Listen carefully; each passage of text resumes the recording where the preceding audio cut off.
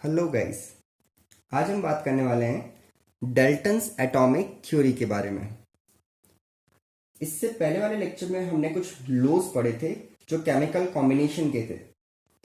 हमने सबसे पहले पढ़ा था law of conservation of mass, second था law of definite proportion, third था law of multiple proportion, then Gay Lussac, Avogadro और रेसिप्रोकल प्रोपोर्शन। ये सारे लॉज हमने लास्ट लेक्चर में डिस्कस किए थे।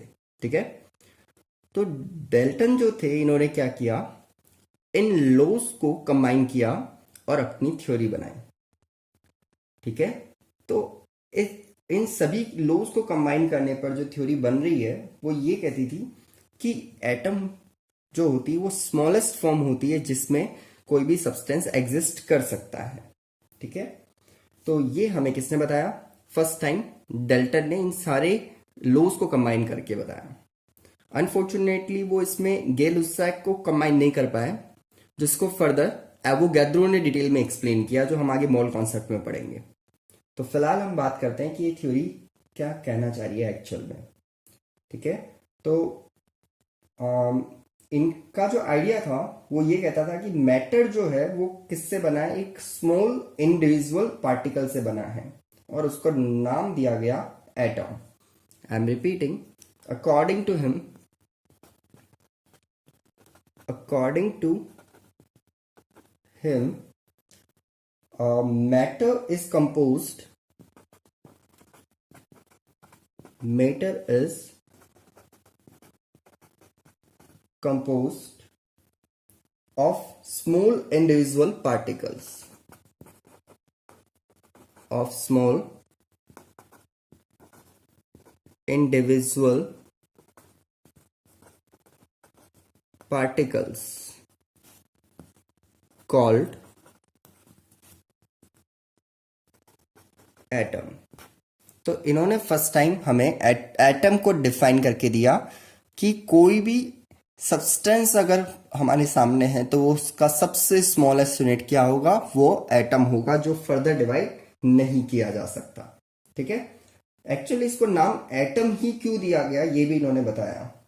ये जो वर्ड है ये एक्चुअली एटोमियो से लिया गया है। आई एम रिपीटिंग, एटम जो है वो किससे लिया गया है, ये वर्ड लिया गया है एटोमियो,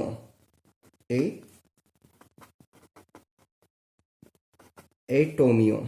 ठीक है, what is the mean of टोमियो? टोमियो means, इसका मतलब एक्चुअली डिविजिबल, इसका मतलब होता है डिविजिबल। टोमियो मीन्स डिविजिबल, और ए आगे अगर मैंने मार्क कर दिया तो ये हो जाता है इनडिविजिबल। ठीक है, तो एटोमियो यहां पर किसको रिप्रेजेंट कर रहा है? इंडिविजुअल को रिप्रेजेंट कर रहा है। तो इसके बेसिस पे इसका नाम रखा गया एटम। तो फर्स्ट थिंग तो ये समझ आ गई होगी कि एटम को एटम क्यों कहा गया। ये डाल्टन की थ्योरी थी जो 1808 में इन्होंने हमें दी थी। ठीक है, इन्होंने हमें क्या बताया था वो मैं आपको बताता हूं। He proposed following points. He proposed following points. जो फर्स्ट था वो पॉइंट था, matter consist of indivisible atom. Matter consist of indivisible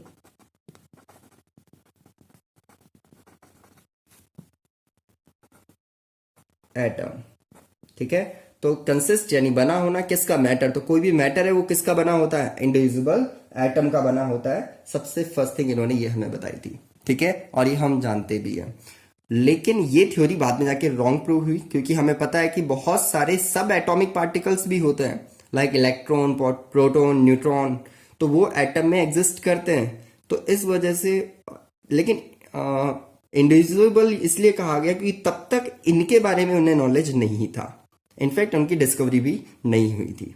ठीक है, सेकंड पॉइंट जो है, जो उन्होंने हमें कहा था कि सारे के सारे जो एटम हैं, अगर वो एक ही एलिमेंट के हैं तो वो आइडेंटिकल होंगे, वो एक जैसे होंगे।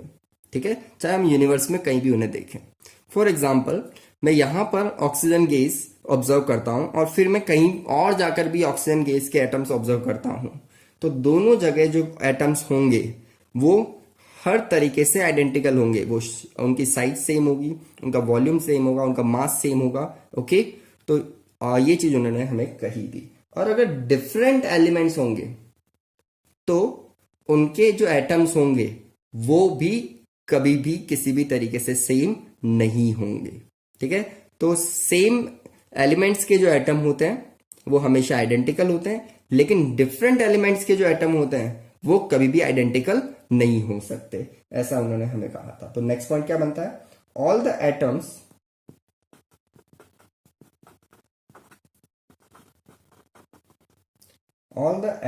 of a given element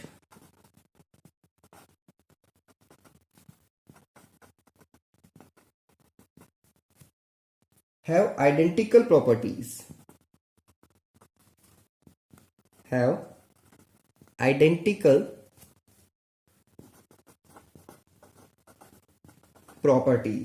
ठीक है, तो उनकी प्रॉपर्टीज क्या होगी? आइडेंटिकल होगी, और इनफैक्ट उनका मास भी। ठीक है, सेकेंड थिंग, लेकिन डिफरेंट एलिमेंट हुए तो क्या? तो कंटिन्यू इन्होंने किया, atoms of different elements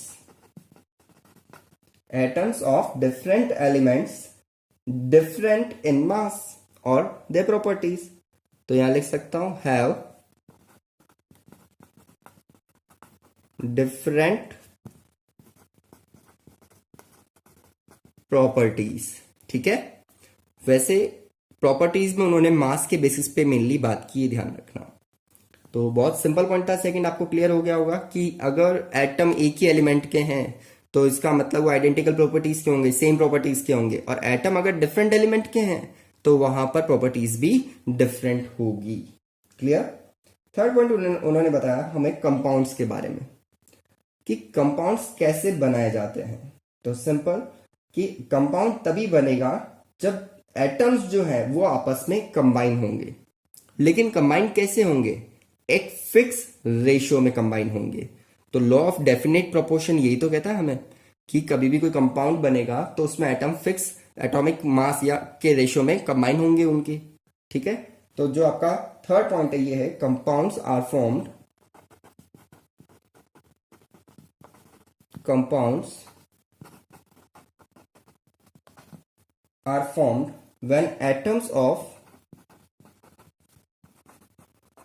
when atoms of different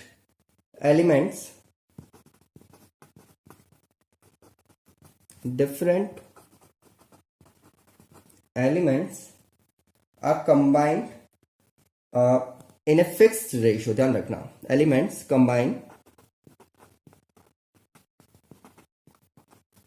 in a fixed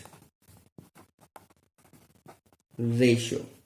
ठीक है, तो कंपाउंड्स कब बनेंगे? जब जो एटम होंगे एलिमेंट्स के वो एक फिक्स रेशियो में कंबाइन होंगे। सिंपल। नेक्स्ट फोर्थ वन, उन्होंने कहा कि कभी भी कोई केमिकल रिएक्शन होती है, ठीक है, तो वहां पर मास ना ही क्रिएट होता है ना ही वहां पर मास का डिस्ट्रॉय होता है। तो मास की टर्म में बात ना करते हुए इन्होंने एटम की टर्म में बात की है। ठीक है, तो एटम बोलूं या मास बोलूं, यहां पर दोनों इनडायरेक्टली एक ही चीज को रिप्रेजेंट कर रहे हैं। ठीक है, क्योंकि हर एटम का अपना अलग मास होता है।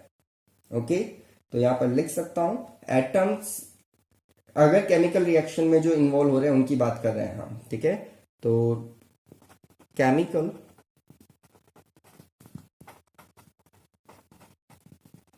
reaction involved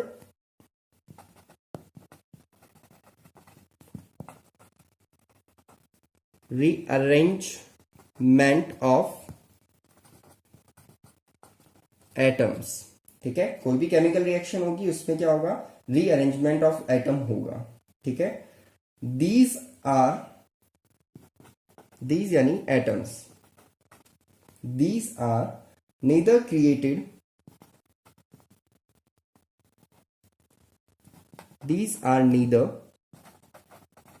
created nor destroyed।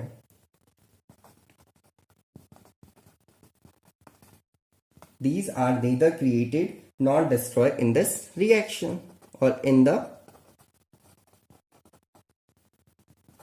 chemical reaction। तो बहुत ही सिंपल वे में उन्हें बताया कि यहां पर एटम भी ना तो डिस्ट्रॉय किया जा सकता और ना ही डेवलप किया जा सकता है, ठीक है। तो क्रिएट भी नहीं कर सकते और डिस्ट्रॉय भी नहीं कर सकते, तो इसका मतलब यहां पर एटम क्या होगा, जो एटम है वो पूरी तरह से कंजर्व रहेगा, और एटम कंजर्व रहेगा यानी यहां पर लॉ ऑफ कंजर्वेशन ऑफ मास को फॉलो किया गया। सिंपल। तो ये सारी चीजें हमें क्या बता रही है, ये हमें बताती है कि किस तरह से फर्स्ट टाइम एटम को डिफाइन किया गया। तो अब आपको एटम समझ आ गया होगा डाल्टन्स थ्योरी के बेसिस पे, वैसे ही आपने 9th क्लास में भी पढ़ा था और मैंने आपको बोला था कि आप रिकॉल करके आइएगा, ठीक है। तो ये पॉस्टुलेट्स थे इसके, आपको पता होने चाहिए। चैप्टर आगे स्टार्ट करते हैं हम लोग। स्टार्ट करने से पहले कुछ चीजें और पता होनी चाहिए कि सपोज कि एक एटम है, वैसे हम ये सेकेंड चैप्टर में डिटेल में बात करेंगे, लेकिन उसका स्ट्रक्चर अगर हम देखें तो एक होता है न्यूक्लियस जो होता है सेंटर में, ठीक है। न्यूक्लियस में होते हैं neutron and proton, okay. N and P से मैं इसको यहाँ रिप्रेजेंट कर रहा हूं, तो ये है न्यूक्लियस। न्यूक्लियस में क्या होता है, न्यूट्रॉन एंड प्रोटॉन, और इसके अराउंड जो है वो कौन रिवॉल्व करते हैं, इलेक्ट्रॉन्स, ठीक है। अराउंड कौन रिवॉल्व करते हैं, इलेक्ट्रॉन्स। कहां पर क्या चार्ज होता है, न्यूट्रॉन, न्यूट्रॉन न्यूट्रल वर्ड से ही बना है, यानी न्यूट्रॉन पे कोई चार्ज नहीं होता है। प्रोटॉन, प्रोटॉन पे हमेशा पॉजिटिव चार्ज होता है, और इलेक्ट्रॉन, इलेक्ट्रॉन पे हमेशा नेगेटिव चार्ज होता है, ठीक है। ये चीजें हमें पता है, लेकिन ये बेसिक है, इसके बिना चैप्टर आगे नहीं बनने वाला, तो आपको पता होनी चाहिए। प्रोटॉन और इलेक्ट्रॉन हमेशा नंबर्स में इक्वल होते हैं। आई एम रिपीटिंग, प्रोटॉन्स और इलेक्ट्रॉन्स नंबर्स में हमेशा इक्वल होते हैं, न्यूट्रॉन चेंज हो सकते हैं, ठीक है। तो एटम जो है यहां पर हमने लिखा कि वो इनडिविजिबल है, एक्चुअली ऐसा नहीं है, उसमें भी सब एटॉमिक पार्टिकल्स प्रेजेंट होते हैं। यहां पर किसी भी एटम के लिए मैं कुछ और बात करूं तो मैं सिर्फ न्यूक्लियस पे जाना चाहूंगा। तो न्यूक्लियस, न्यूक्लियस में जो भी पार्टिकल प्रेजेंट होते हैं उनको हमेशा क्या कहा जाता है, न्यूक्लियॉन्स। क्या कहा जाता है, न्यूक्लियॉन्स। वर्ड ध्यान रखना आप लोग, ठीक है। न्यूक्लियॉन्स जो होते हैं ये कौन कौन होंगे, तो ऑब्वियस सी बात है कि अंदर कौन कौन है, न्यूट्रॉन एंड प्रोटॉन। तो ये होगा न्यूट्रॉन और प्रोटॉन का कॉम्बिनेशन। तो मैं फिर से बात करूं कि न्यूक्लियॉन क्या होते हैं, particle present in the nucleus, particles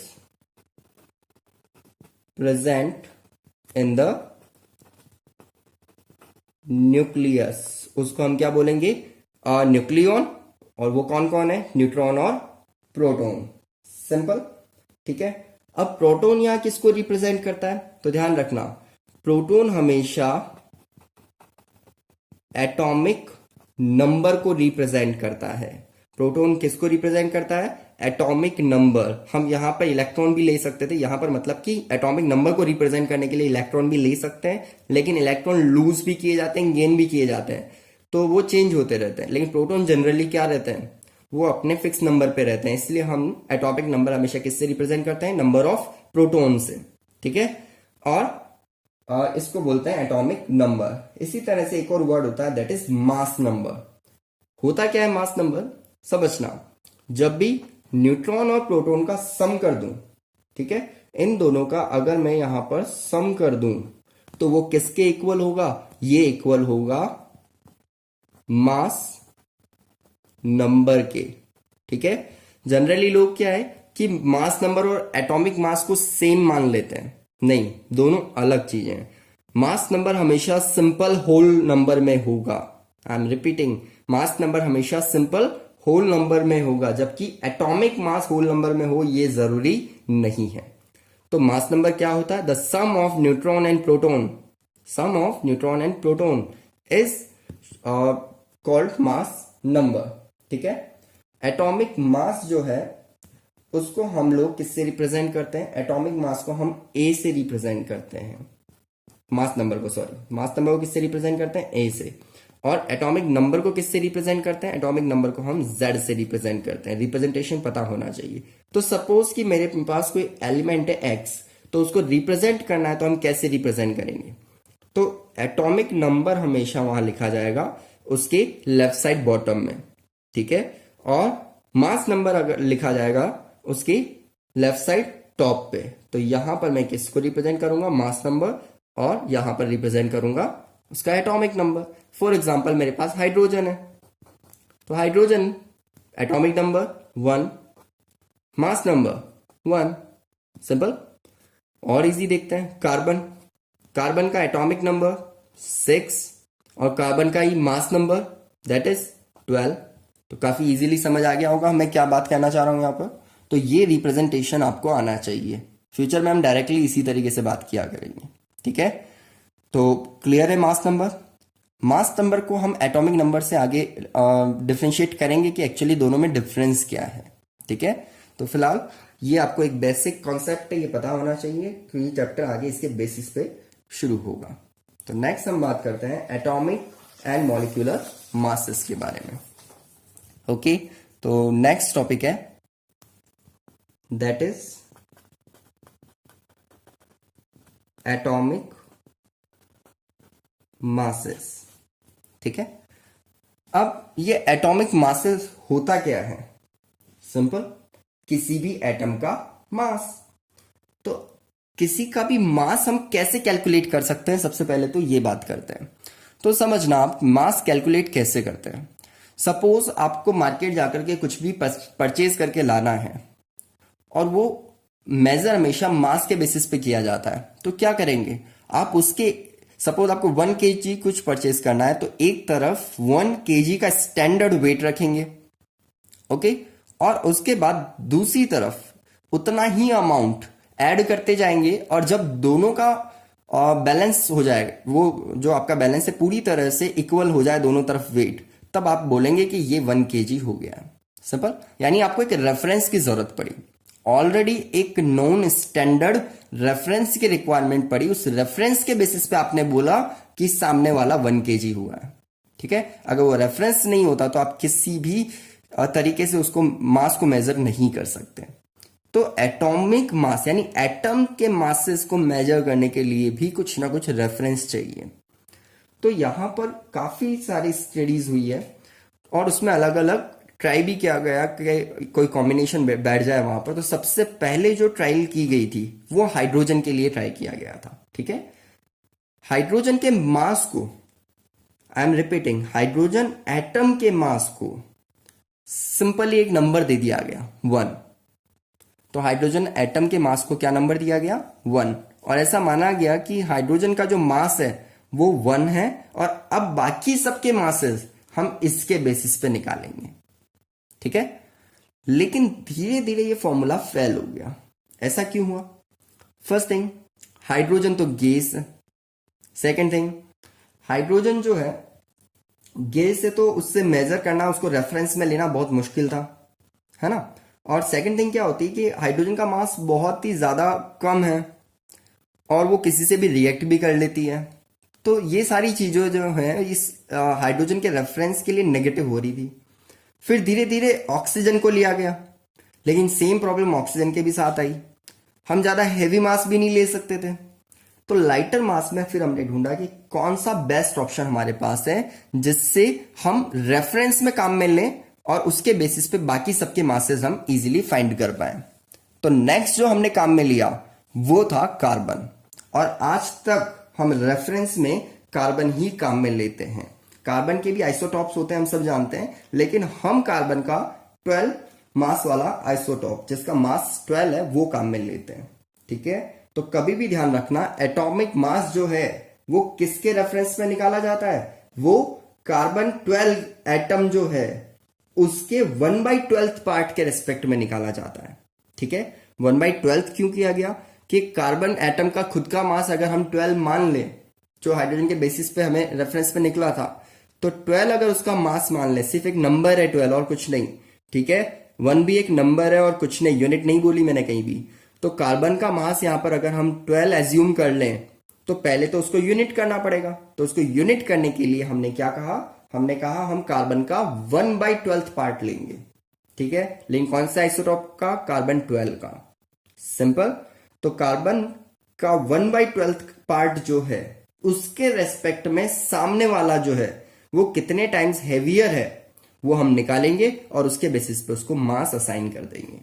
ठीक है, तो ये होता है मास, एटॉमिक मास, जो मास नंबर से डिफरेंट है। मास नंबर में क्या था, सिर्फ न्यूट्रॉन और प्रोटॉन का सम था, जबकि एटॉमिक मास में उसका वेट किया गया है किसी रेफरेंस के रेस्पेक्ट में। ठीक है, तो यहां पर मैं अगर डिफाइन करना चाहूं कि एक्चुअली एटॉमिक मास क्या होते हैं, तो समझना,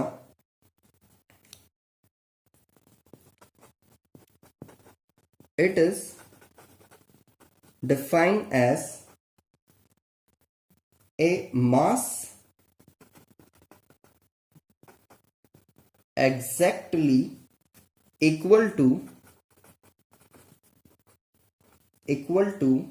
1/12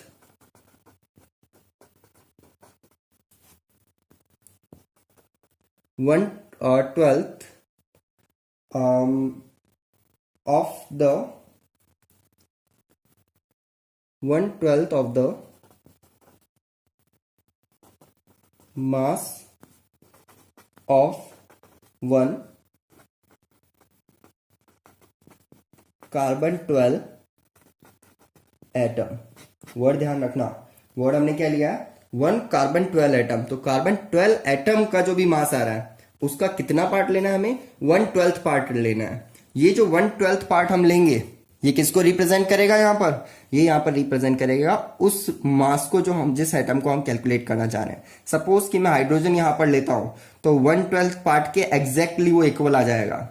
तो यानी कि 1/12 पार्ट जो है वो 1 को वहां पर रिप्रेजेंट करेगा और वो हाइड्रोजन से मैच कर जाएगा। ठीक है, तो इस तरह से हम एटॉमिक मास फाइंड करते हैं। अब बात ये आती है फिर एटॉमिक मास की यूनिट क्या लें। तो ध्यान देना, हमेशा एटॉमिक मास के लिए जो यूनिट ली गई थी, ठीक है, तो यूनिट ऑफ एटॉमिक मास जो इनिशियली ली गई थी, इट वॉज AMU। क्या थी वो, AMU। ठीक है, इसकी फुल फॉर्म अगर देखूं तो ये है एटॉमिक मास यूनिट। तो it is atomic mass unit. Okay, simple. Next, लेकिन ये काफी लेंदी थी तो इसको बाद में जाकर के क्या थोड़ा शॉर्ट कर दिया गया। तो AMU, तो यहां पर अगर आपसे कभी भी पूछा जाए what is the atomic mass of carbon, तो यहां पर अगर 12th आइसोटॉप की बात करें तो यहां पर आपको 12 AMU रिप्रेजेंट करना पड़ेगा, जिसको बाद में शॉर्ट किया गया। तो AMU के प्लेस पे हम वर्ड क्या यूज करने लगे, हम यूज करने लगे U। ठीक है, U यहां पर किसको रिप्रेजेंट कर रहा है, U यहां पर यूनिफाइड मास को रिप्रेजेंट कर रहा है, यूनिफाइड मास। तो जो AMU है उसको रिप्लेस किसने किया, यूनिफाइड मास ने रिप्रेजेंट किया। तो अब मैं अगर यहां पर एटॉमिक मास फाइंड करूं कार्बन का, तो वो कितना होगा, वो होगा 12U। ठीक है, आपको समझ आया, 12U से रिप्रेजेंट करेंगे हम एटॉमिक मास को। यही कॉन्सेप्ट है मासेस को फाइंड करने का, बहुत सिंपल है। अब इसके अलावा और क्या चीज होती है, तो सबसे पहले तो आपको आइसोटॉप्स, आइसोबार्स के बारे में पता होना चाहिए, जो आपने 9th में पढ़े होंगे। तो आइसोटॉप्स क्या होते हैं, आइसोटॉप्स वो होते हैं जिनके एटॉमिक नंबर क्या होते हैं, सेम, लेकिन एटॉमिक मास डिफरेंट। और डिटेल में फ्यूचर में इसके बारे में हम बात भी करेंगे। फिलहाल मैं आपको एटॉमिक मासेस के बेसिस पे एक न्यू टॉपिक पढ़ा रहा हूं, ये भी आपने 9th क्लास में पढ़ा होगा, दैट इज एवरेज एटॉमिक मास। एक चीज ध्यान रखना कि आप अगर 11th में साइंस पढ़ रहे हैं तो आपके 9th 10th के कॉन्सेप्ट पूरी तरह से क्लियर होने ही चाहिए। अगर नहीं है तो आप अभी जाइए और सबसे पहले 9th और 10th के कॉन्सेप्ट क्लियर करिए। वैसे हम लोग 0 से स्टार्ट किया है हम लोगों ने, तो आपको हर चीज यहां समझ आ रही होगी, लेकिन फिर भी आप अगर प्री प्रिपेयर्ड रहेंगे तो वहां पर आपको प्रॉब्लम नहीं होने वाली। अब एवरेज एटॉमिक मास होते क्या है, तो आप समझना कि हम कभी भी बात करें, सबसे पहले तो आपको डिफरेंस ध्यान रखना है कि डिफरेंस क्या है, एटॉमिक मास और मास नंबर में क्या डिफरेंस है। देखो, सपोज मैं यहां पर बात करूं हाइड्रोजन के लिए, मैंने लिया हाइड्रोजन का एटम, इसका मुझे निकालना है मास नंबर। मास नंबर क्या होता है, number of proton plus number of neutron. तो हाइड्रोजन का जो फर्स्ट आइसोटॉप होता है जिसमें एक तो प्रोटॉन होता है लेकिन न्यूट्रॉन कितने होते हैं, 0, और इस वजह से इसका मास आ जाता है 1। ठीक है, तो ये हुआ इसका मास नंबर, ये एटॉमिक मास नहीं हुआ। तो एटॉमिक मास क्या है, तो एटॉमिक मास जो है वो हाइड्रोजन का, वो किसके रेस्पेक्ट में निकलेगा, कार्बन के 1/12 पार्ट के रेस्पेक्ट में वेट करके निकाला जाएगा। और जब इसको निकाला जाएगा तो इसकी वैल्यू आएगी 1.0080 या AMU, जिससे भी आप यहां पर मेंशन करना चाहें। ठीक है, अब इसको समझना यह हुआ क्या एक्चुअली, ये 1.008 आया, यानी कोई खास वेरिएशन नहीं है दोनों में, इसीलिए हम दोनों को ऑलमोस्ट इक्वल मान लेते हैं। और बहुत से लोग डिफरेंशिएट नहीं कर पाते कि मास नंबर और एटॉमिक मास में डिफरेंस क्या होता है, लेकिन आई होप आप समझ गए होंगे कि मास नंबर और एटॉमिक मास में डिफरेंस क्या होता है। मास नंबर प्रोटॉन न्यूट्रॉन का सम होता है और एटॉमिक मास जो है वो कार्बन के 1/12 पार्ट के रेस्पेक्ट में निकाला गया मास होता है। ठीक है, दोनों की वैल्यूज ऑलमोस्ट नियर बाई होती है, इसलिए हमें ज्यादा प्रॉब्लम होती नहीं है। तो आप देखना कि एवरेज एटॉमिक मास होते क्या हैं, कि बहुत से एलिमेंट जो है वो आइसोटॉप के साथ एग्जिस्ट करते हैं। तो हम जब भी उनकी बात करें तो हम उनका कौन सा मास लेकर के डिस्कस करें, ये एक बड़ी प्रॉब्लम रहती है। ठीक है, फॉर एग्जाम्पल क्लोरीन, क्लोरीन का एक आइसोटॉप होता है 35 और एक होता है 37, यानी क्लोरीन का एक मास जो होता है आइसोटॉप का वो होता है 35U और एक जो होता है वो होता है 37U। अब हमारे पास दो ऑप्शन है, लेकिन हम हर बार क्लोरीन 35 भी नहीं बोलते थे, क्लोरीन 37 भी नहीं बोलते। हम क्लोरीन का कौन सा मास कंसीडर करते हैं, हम कंसीडर करते हैं 35.5। तो ये पॉइंट में वैल्यू कहां से आ गई, अगर मैं उसका मास नंबर लूं तो कभी भी प्रोटॉन और न्यूट्रॉन हाफ कैसे हो सकते हैं, पॉसिबल ही नहीं है उनका हाफ होना। तो इसका मतलब या तो यहां पर कोई ना कोई प्रॉब्लम हुई है या फिर हमने कुछ गड़बड़ की है। एक्चुअली हमने वहां पर क्या लिया है, एवरेज एटॉमिक मास।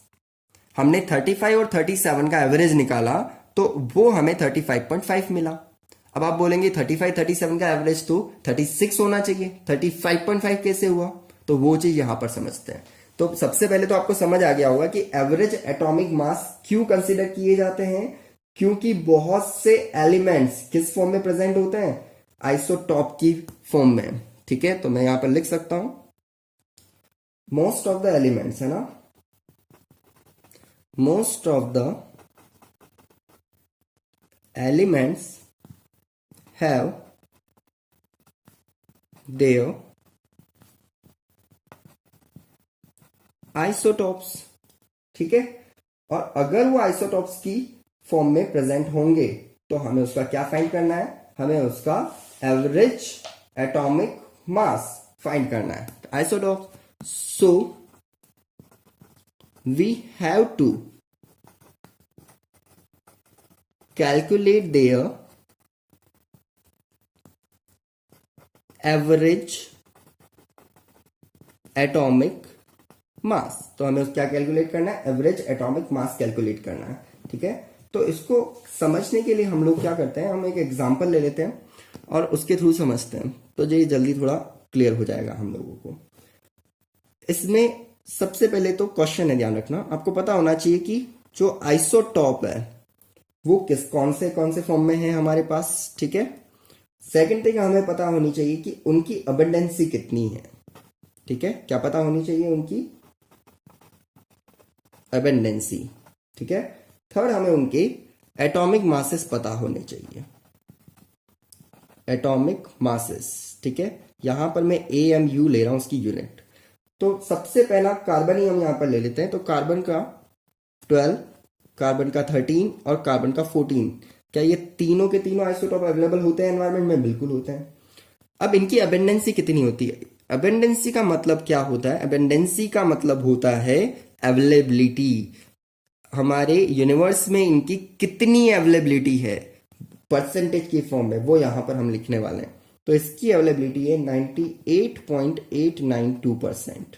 ओके, यहां पर इस कार्बन 13 की अवेलेबिलिटी है 1.108% और कार्बन 14 की है 2 × 10⁻⁴ -10%, बहुत ही कम, देखो कितना कम हुआ, 10⁻10 में जा रही है वैल्यू।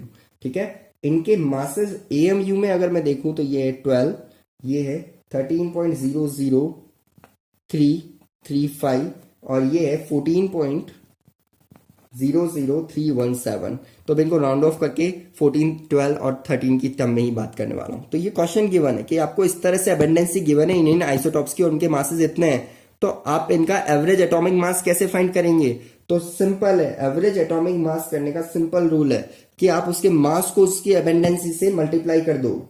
आई एम रिपीटिंग, मास को उसकी अबेंडेंसी से मल्टीप्लाई कर दो। ठीक है, और इन सभी को फिर ऐड करके और इनकी टोटल अबेंडेंसी से डिवाइड कर दो। तो टोटल अबेंडेंसी कितनी है? 100%। आप इसको कैलकुलेट करेंगे तो ये हमेशा 100% आएगी, क्योंकि हम 100% यानी 100 पार्ट कार्बन का टोटल लें तो उसमें 12 का कितना पार्ट है, 13 का कितना पार्ट है, 14 का कितना पार्ट है, ये हमारे सामने आ जाएगा। ठीक है, तो इसको सॉल्व कैसे करें? तो सिंपल, मुझे एवरेज एटॉमिक मास कैलकुलेट करना है, तो उसके लिए सबसे पहले 98.892 इसको मल्टीप्लाई किससे करूंगा? 12 से, उसके मास से, यानी इतना मास तो इसने ऑक्यूपाई कर लिया। नेक्स्ट 1.108 को मल्टीप्लाई करूंगा 13 से, और प्लस नेक्स्ट मैं करूंगा 2 इंटू 10⁻10 को मल्टीप्लाई करूंगा 14 से। ठीक है, और इस पूरे को डिवाइड कर दूंगा टोटल अबेंडेंसी से। तो टोटल अबेंडेंसी हमेशा कितनी होगी? 100। तो जब मैं इसको सॉल्व करूंगा यहां पर, तो ये क्या आंसर देने वाला है? ये आंसर देने वाला है 12.011 U। और इसीलिए क्योंकि ये 12 ही आंसर दिया है इसने हमें, तो हमेशा कार्बन का कौन सा मास हम लेते हैं? तो जब भी हम बात करते हैं कि आपको अगर वन शॉट में पूछा जाएगा what is the atomic mass of the carbon, तो आप सीधा 12 बोलते हैं, ना कि 13 और 14, क्योंकि वो एवरेज कितना आ जाता है? 12।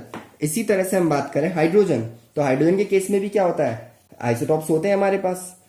हाइड्रोजन में 1 मास भी होता है, 2 मास भी होता है, 3 मास भी होता है, प्रोट्रियम, ड्यूटेरियम और ट्राइटियम।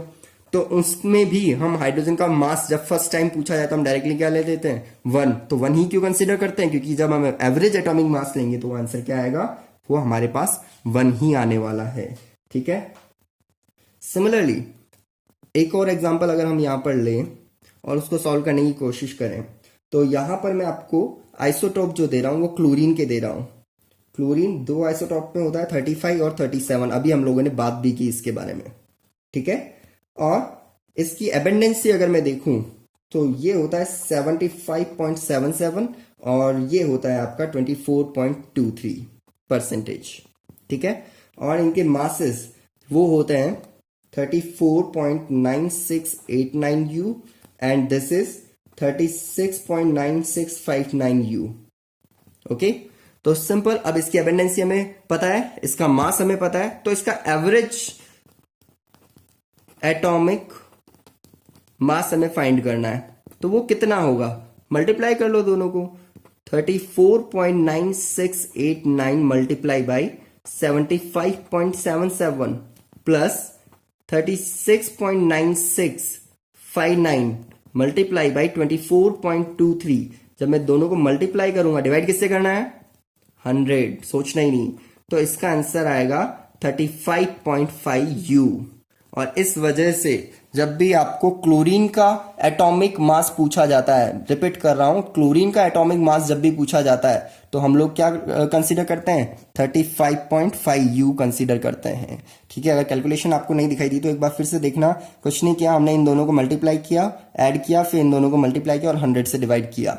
तो इस केस में जो आंसर आया 35.5 U आया, जो एक्चुअली हम कंसिडर करते हैं क्लोरीन का एवरेज एटॉमिक मास। ठीक है, तो आई होप कि आपको पूरा अच्छे से समझ आ गया होगा कि एवरेज एटॉमिक मासेस होते क्या हैं। तो ये थे एटॉमिक मास। अब इससे आगे हमें बात करनी, क्योंकि जब एटॉमिक मास आपको समझ आ जाता है तो नेक्स्ट टॉपिक हमेशा आता है मॉलिक्यूलर मास। तो अब हम बात करने वाले हैं मॉलिक्यूलर मास के बारे में, जो काफी इंपॉर्टेंट है। विदाउट मॉलिक्यूलर मास कोई भी कैलकुलेशन कंप्लीट कभी हो ही नहीं सकती हमारी केमिस्ट्री में।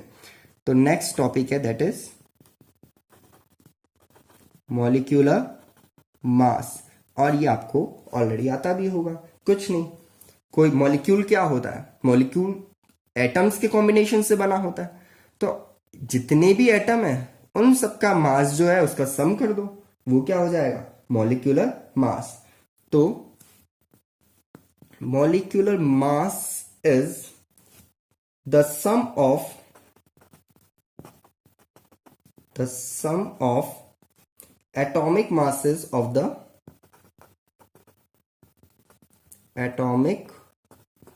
masses of the elements present in a molecule. Elements present in the molecule। ठीक है, तो ये होता है हमारा एटॉमिक मास। बहुत सिंपल। अब यहां पर ध्यान देना, हमने स्टार्टिंग में बात की थी मैटर की। तो मैटर पे हमने बात की थी तो प्योर सब्सटेंस और मिक्सचर पढ़े थे। प्योर सब्सटेंस में हमने एलिमेंट और कंपाउंड पढ़े थे। तो मैं वहां पर कंपाउंड को डिस्कस कर रहा हूं आपके साथ। कंपाउंड जो होते हैं ये हमेशा दो पार्ट में डिवाइड किए जाते हैं। ठीक है, रिपीट कर रहा हूं, कंपाउंड हमेशा कितने पार्ट में डिवाइड किए जाते हैं, यहां पर 2 पार्ट्स में डिवाइड किए जाते हैं। सबसे फर्स्ट पार्ट जो होता है वो होता है मॉलिक्यूल, और जो सेकंड पार्ट होता है वो होता है फॉर्मूला यूनिट। फॉर्मूला यूनिट, ठीक है, ये शायद वर्ड आपने कभी नहीं सुना होगा। तो कंपाउंड जो होते हैं उसको हम कितने पार्ट पे डिवाइड करते हैं, मॉलिक्यूल्स और फॉर्मूला यूनिट। हम हर एक पार्टिकल या हर एक सब्सटेंस को मॉलिक्यूल नहीं बोल सकते। मॉलिक्यूल सिर्फ उससे बोला जाता है जो कोवैलेंट बॉन्ड बनाता है। हमेशा ध्यान रखना, जब भी आपका कोवैलेंट बॉन्ड बनेगा तो वो हमेशा क्या बनाएगा, molecule.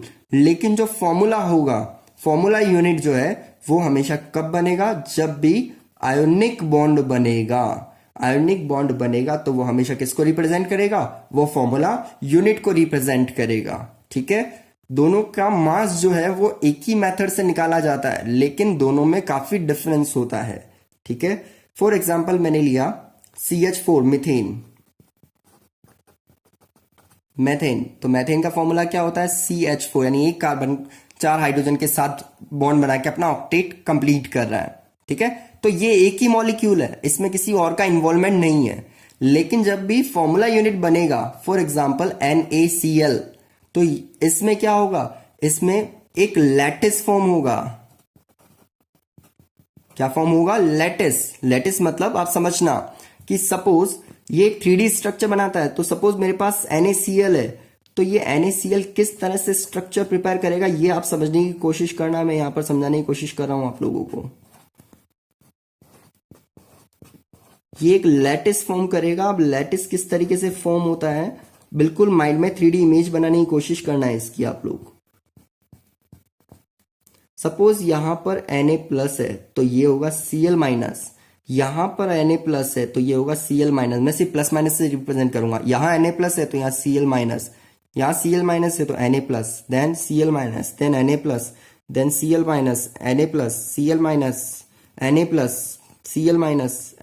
Cl-, Na+, Cl-, Na+, ठीक है। लेकिन ये 2D है, ये यही नहीं रुकेगा, इसके पीछे भी तो होंगे। तो भाई इसके पीछे भी होंगे, उसके पीछे भी होंगे, तो ये इस तरीके से भी चलेगा। समझ रहे हैं आप लोग, तो ये इस तरीके से भी चलेगा। देन यहां भी यही केस होने वाला है। तो ये पूरा एक 3D स्ट्रक्चर बनता जाएगा।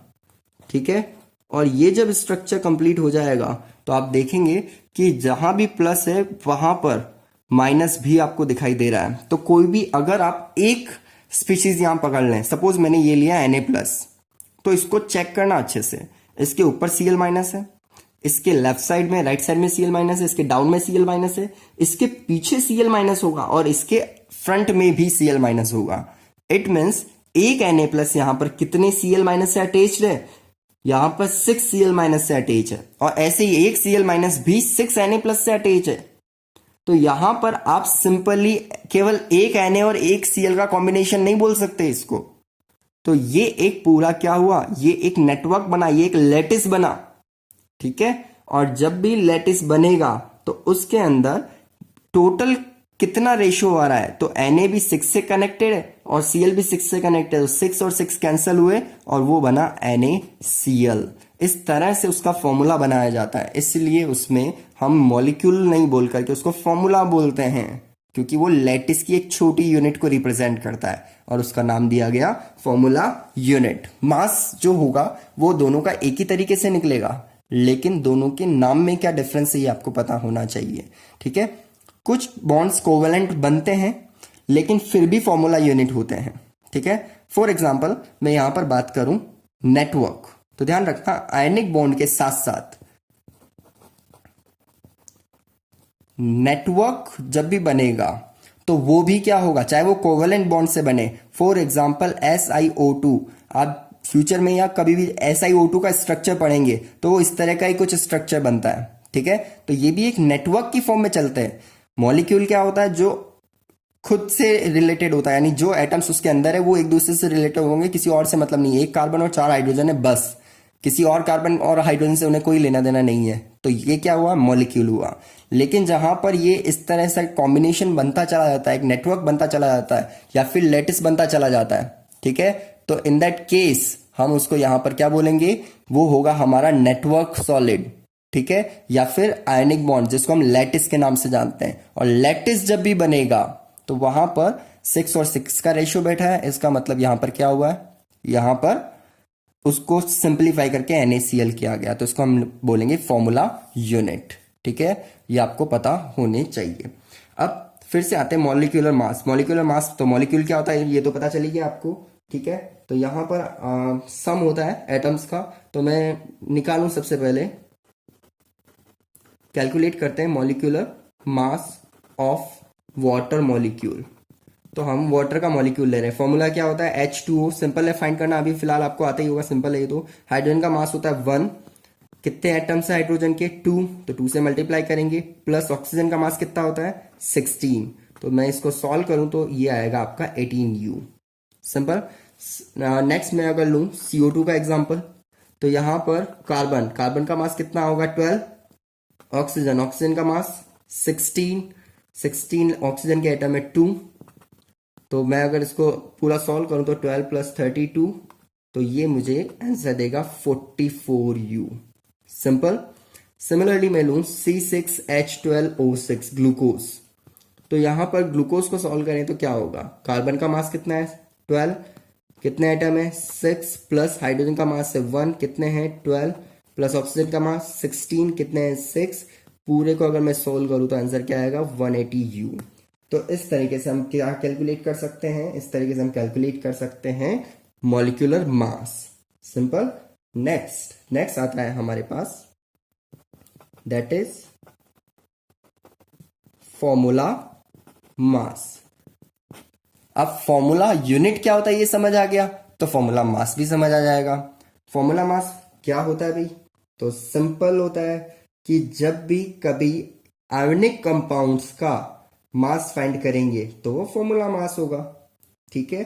तो रिपीट कर रहा हूं, आयनिक कंपाउंड्स का जब भी आप मास फाइंड करेंगे तो वो क्या होगा, फॉर्मूला मास होगा। तो mass of ionic compound unit, ठीक है। फॉर एग्जाम्पल मैं यहां पर NaCl का मास फाइंड करूं तो वो हमेशा फॉर्मूला मास होगा, ठीक है। तो NaCl, सोडियम का मास कितना है 23, Cl का अभी फाइंड किया था हमने 35.5, दोनों को ऐड कर दूं कितना हो जाएगा 58.5U। तो ये जो है मेथड सेम है फाइंड करने का, एटम्स को के मासेस को ऐड किया, लेकिन ये यहां पर किसको रिप्रेजेंट कर रहा है, फॉर्मूला मास को रिप्रेजेंट कर रहा है। तो आई होप कि ये आपको मासेस क्लियर हो गए होंगे, क्योंकि सबसे पहले मासेस का क्लियर होना बहुत ही नेसेसरी है, ठीक है। अगर आपको मासेस क्लियर हैं तो नेक्स्ट क्लास में हम बात करेंगे मोल कॉन्सेप्ट की, जो बहुत ही इंपॉर्टेंट क्लास रहने वाली है। Okay, thank you.